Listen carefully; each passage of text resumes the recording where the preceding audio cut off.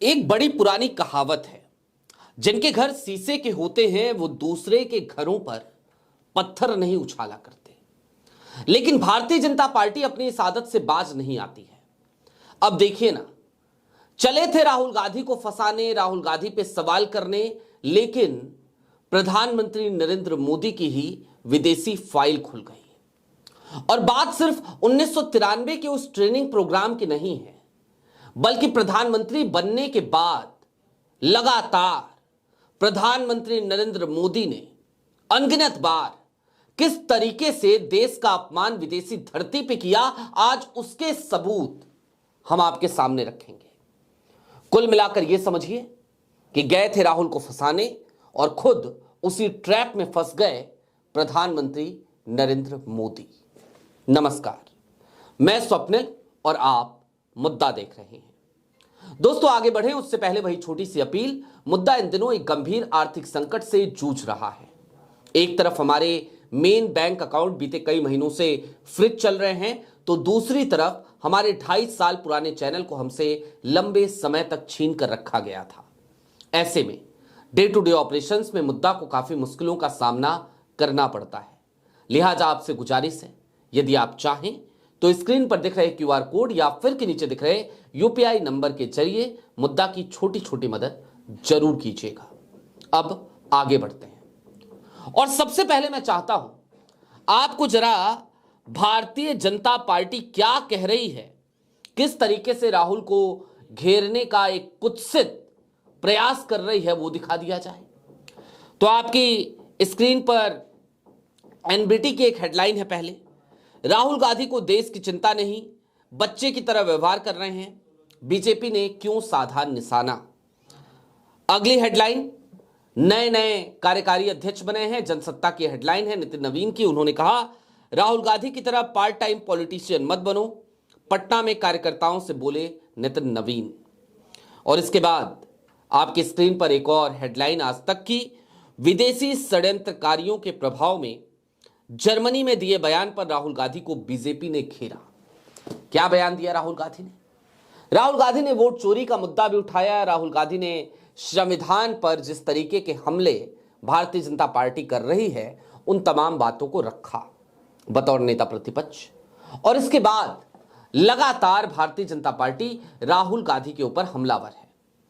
हालांकि राहुल गांधी के ऊपर विदेशी एजेंट होने का यह आरोप कोई पहली बार भाजपा नहीं लगा रही है, लेकिन बीते दिनों हमने आपको दिखाया था ACYPL की वो ट्रेनिंग, हमने आपको दिखाया था 1993 में प्रधानमंत्री नरेंद्र मोदी की अमेरिका की यात्रा, हमने आपको दिखाया था किस तरीके से यूएस की फंडिंग पर प्रधानमंत्री नरेंद्र मोदी, जो उस समय भारतीय जनता पार्टी के कार्यकर्ता थे, वो विदेश गए थे, अमेरिका गए थे, जाकर के वहां से ट्रेनिंग लेकर आए थे।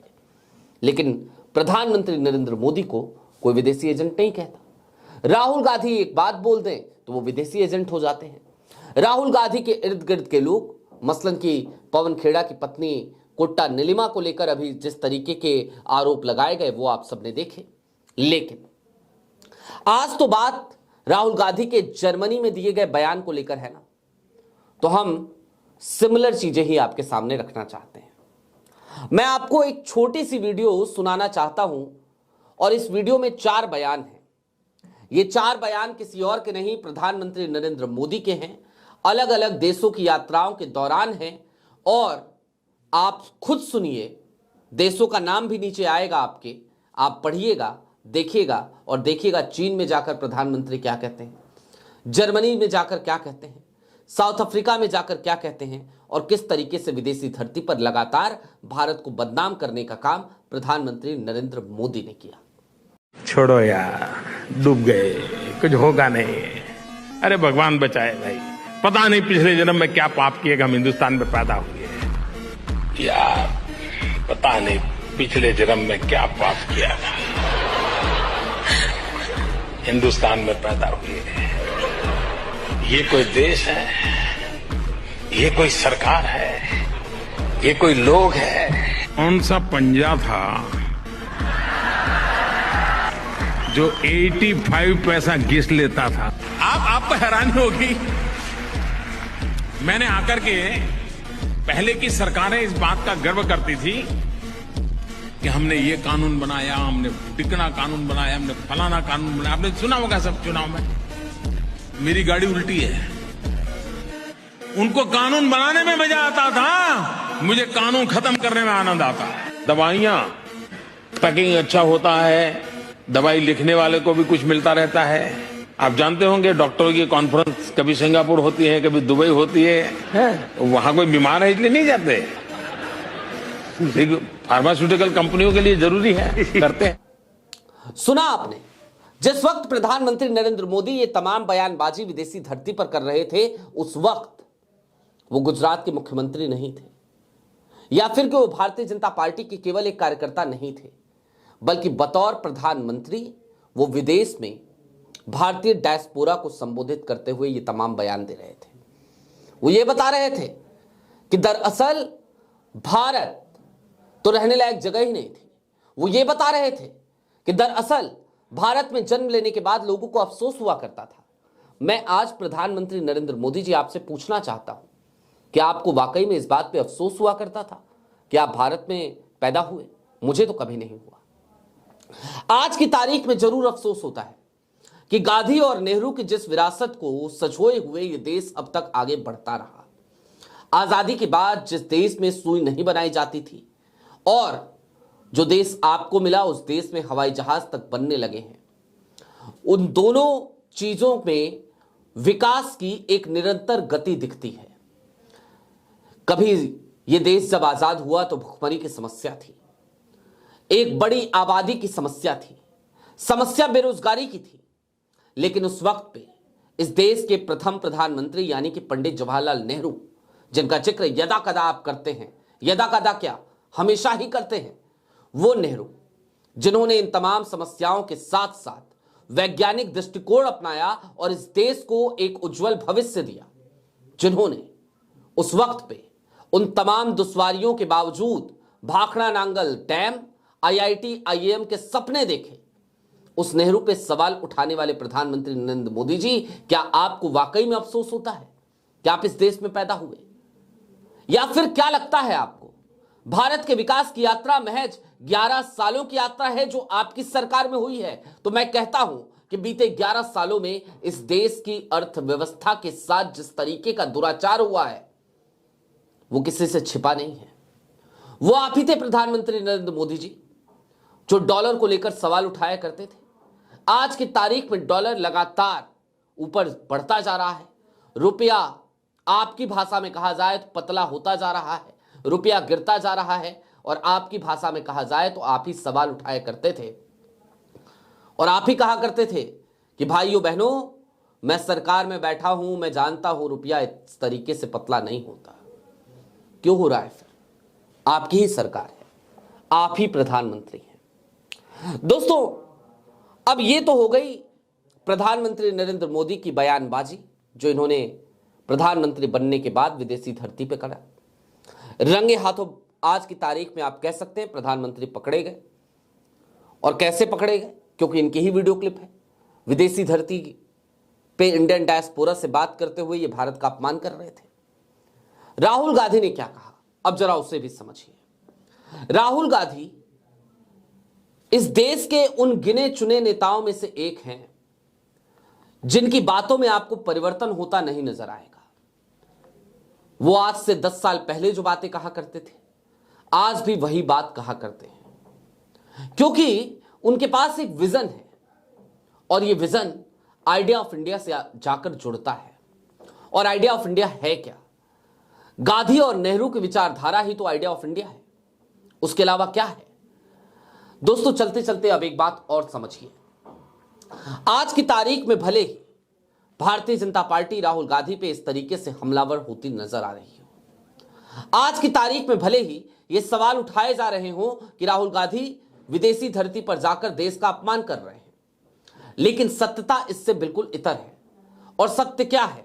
तो सत्य यह है कि राहुल गांधी विदेशी धरती पर जाकर इस देश का अपमान नहीं कर रहे, बल्कि राहुल गांधी इस देश की उस लोकतांत्रिक विरासत को आगे बढ़ा रहे हैं। राहुल गांधी आज की तारीख में इस देश के नेता प्रतिपक्ष हैं। राहुल गांधी आज की तारीख में लीडर ऑफ अपोजिशन है। इस देश की उस 60% आबादी का प्रतिनिधित्व कुल मिलाकर राहुल गांधी करते हैं, जिस आबादी ने प्रधानमंत्री नरेंद्र मोदी को या उनके सांसदों को अपना वोट नहीं दिया था। उनकी आवाज है इस देश के नेता प्रतिपक्ष राहुल गांधी। यह बात अगर भारतीय जनता पार्टी को समझ में नहीं आ रही है तो फिर इसे किस तरीके से देखा जाए यह आप बेहतर समझ सकते हैं। दोस्तों, सच क्या है और सबसे कड़वी हकीकत क्या है, हकायक क्या है? दरअसल प्रधानमंत्री नरेंद्र मोदी का अपना एक इकोसिस्टम है और यह इकोसिस्टम लगातार राहुल गांधी के ऊपर हमलावर क्यों होता है? क्योंकि राहुल गांधी से इन्हें डर लगता है। इस देश में अगर आज की तारीख की सत्ता को किसी नेता से डर लगता है तो वो नेता कोई और नहीं बल्कि वो इस देश का नेता प्रतिपक्ष राहुल गांधी ही तो है, जिससे डरते हैं प्रधानमंत्री नरेंद्र मोदी, जिससे डरता है इनका इकोसिस्टम। और यही तो सबसे बड़ा कारण है कि आज की तारीख में हर बात पर राहुल गांधी को किसी भी तरीके से एन केन प्रकारे तर्क नहीं है तो कुतर्कों के सहारे घेरने की कोशिश की जाती है। राहुल गांधी बिल्कुल जर्मनी गए और जर्मनी गए तो जाकर के वहां पर डंके की चोट पे अपनी बात रखकर आए। राहुल विदेश जाते हैं तो प्रायोजित भीड़ नहीं जुटाई जाती। राहुल विदेश जाते हैं तो कोई पेड कैंपेन नहीं चलाया जाता। राहुल विदेश जाते हैं तो उनको लोग स्वेच्छा से सुनने आते हैं। जबकि प्रधानमंत्री नरेंद्र मोदी जब भी विदेशी यात्रा पे होते हैं और आप देखते हैं उनके सामने तमाम तरीके के लोग आकर खड़े हो जाते हैं। कुछ लोग अलग अलग भाव भंगिमाएं दिखाते हैं, खूब तरीके की नौटंकी होती है। इस देश के बड़े मेन स्ट्रीम मीडिया चैनल्स के कैमरे पहुंच जाते हैं तो इन सब के पीछे सरकारी खर्चा होता है। जबकि राहुल किसी सरकारी खर्चे पर विदेश नहीं जाते। राहुल विदेश जाते हैं तो उनके पास इन्विटेशंस होते हैं, उनके पास मंच होते हैं और ऐसे मंच होते हैं जो राहुल को सुनना चाहते हैं, बतौर नेता प्रतिपक्ष भी, बतौर इस देश के एक समझदार व्यक्ति के तौर पे भी, बतौर एक पॉलिटिशियन के तौर पे भी। कुल मिलाकर चलते चलते अब इस बात को समझ लीजिए कि राहुल के चक्कर में बार बार प्रधानमंत्री नरेंद्र मोदी और उनका इकोसिस्टम वो खुद को ही एक्सपोज कर रहा होता है। और आज की तारीख में भी वही हुआ।